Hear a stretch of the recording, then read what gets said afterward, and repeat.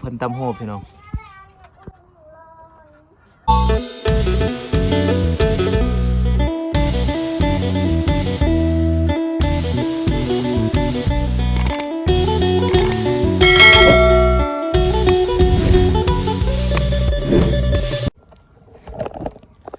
สบายดีทุกคนเนาะมื้อนี้ก็มาเฮือนร้านซาวเฮาเองเนาะพี่น้องเนาะว่าเพิ่นเฮ็ดหยังอยู่เฮือนเนาะทุกคนเนาะตอนนี้ก็มาฮอดเฮือนอยู่บ้านหยังนี่แหละทุกคน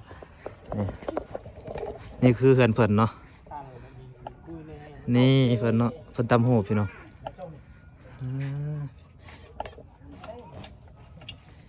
นี่แหละทุกคนเลยเพิ่นเป็นสาวมังกรเนาะทุกคนเลยนี่เพิ่นตำโหบพี่น้อง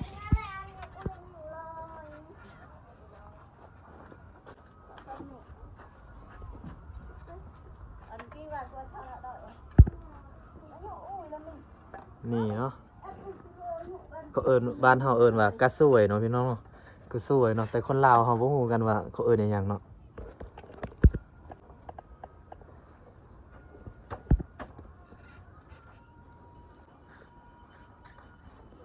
นี่เนาะคือเฮือนเพิ่นเองเนาะเนาะเฮือนเพิ่นเองพี่น้องเอ้ยอยู่กองตารางเฮือนก็จะมีพื้นแบบนี้เลยนี่เพิ่นตำโหบพี่น้อง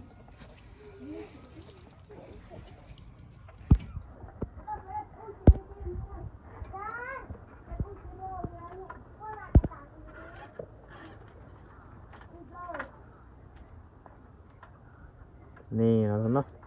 อันนี้เขาเอิ้นว่าเผาโรมังกอกเนาะแต่ว่าฮู้จักวิธีตำโหบพี่น้องเอ้ยตำโหบตำผ้าตำแพะหยังก็ได้เบิดทุกคนผู้ใดที่ว่าอยู่เผามังกอกเนี่ยแต่ว่าตัวเอ้ยก็ได้คือกันแต่ว่าต้องได้เฮียนเนาะทุกคนเนาะต้องได้เฮียนจังฮู้เนาะคือร้านเฮานี่เพิ่นก็เฮียนมาดนแล้วทุกคนเฮียนมาก็พุ่น1 เดือนมันได้เพื่อสิฮู้นี่เฮาเฮียนสิ้นนี่มันบ่คือกับเฮาเฮียนหนังสือเนาะหนังสือนั่นมันง่ายกว่าแต่ว่าแบบเฮาเข้าใจนะคือสิ้นนี่มันแบบยากหน่อยนึงเนาะมันจะมีลายแบบนี้เบิ่งลายสิ้นเฮาจะให้ทุกคนเบิ่งเด้อมันนี่ก็คือลายสิ้นเนาะเห็นบ่ทุกคนลายสิ้นก็งามอยู่ทุกคนนี่คือลายสิ้นนี่ก็คือเฮาเฮ็ดเองเนาะทุกคนเนาะเฮ็ดเองตำแบบตำรูปใส่พายลายสนิทเนาะเพื่อมันจะเป็นลายแบบนี้นะนี่เราก็เอิ้นว่าลายสิ้นเนาะทุกคนเนาะ